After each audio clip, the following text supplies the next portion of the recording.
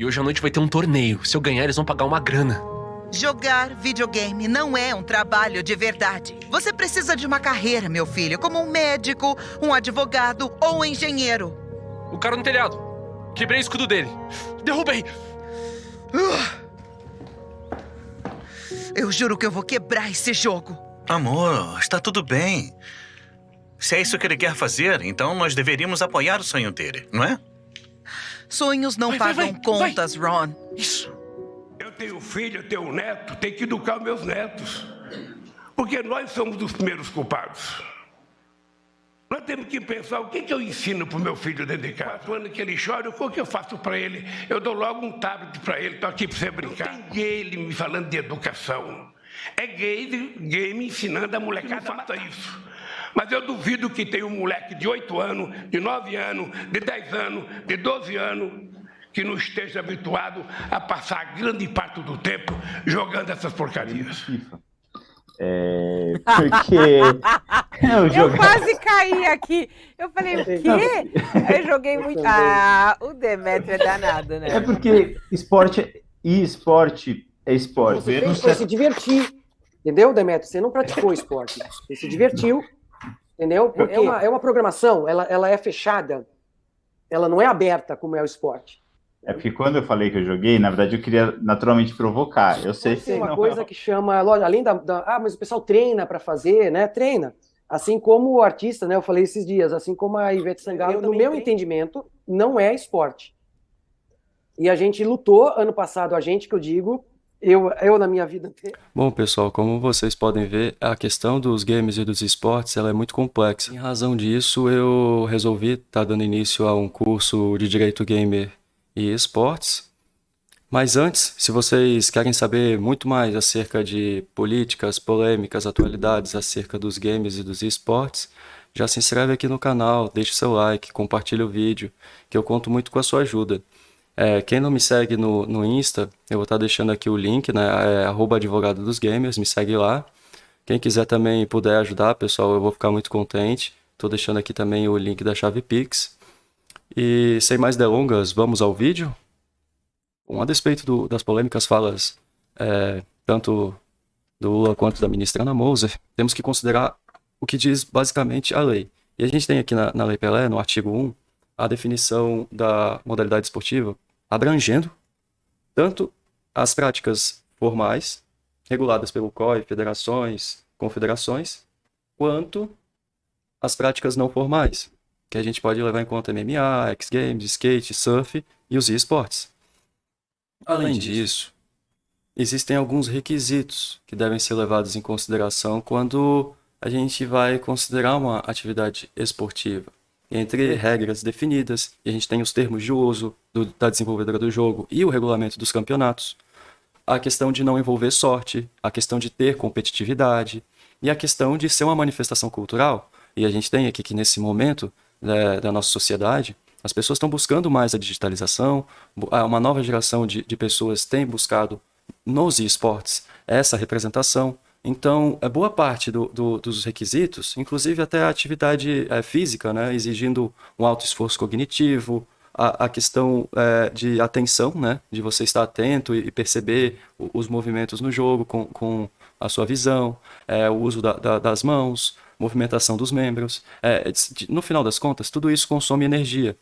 Então, é complicado quando a gente realmente ouve isso a partir dos nossos representantes, porque isso acaba gerando uma sensação ruim, uma sensação de que eu devo confiar talvez no que diz uma autoridade e não no que diz a lei.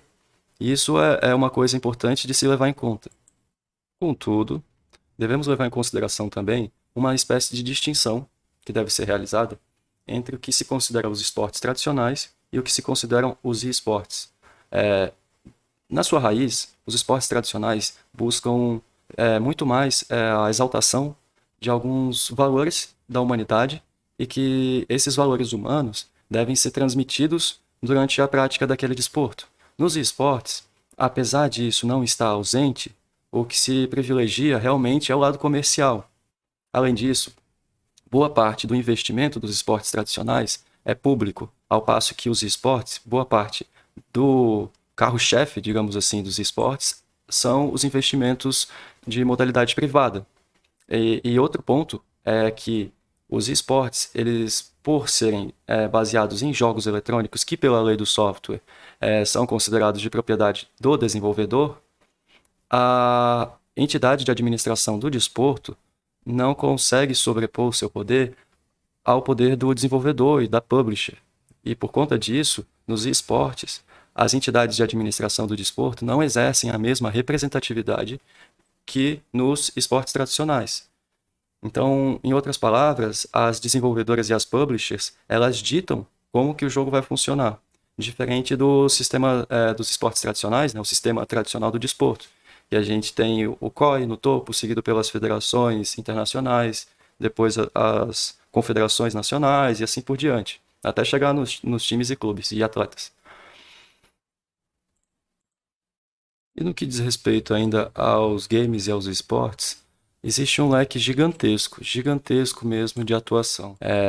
Desde questões na parte dos games envolvendo design, animação, a parte de conteúdo, roteiro, o artista de som é muito importante na confecção e no desenvolvimento do jogo. As pessoas que vão realizar os testes, né, o testador dos gamers, engenheiros de inteligência artificial, que hoje vem sendo cada vez mais utilizada nos jogos. A questão envolvendo publicidade, marketing, a supervisão do desenvolvimento, enfim. E ainda, isso é assim, uma pequena lista.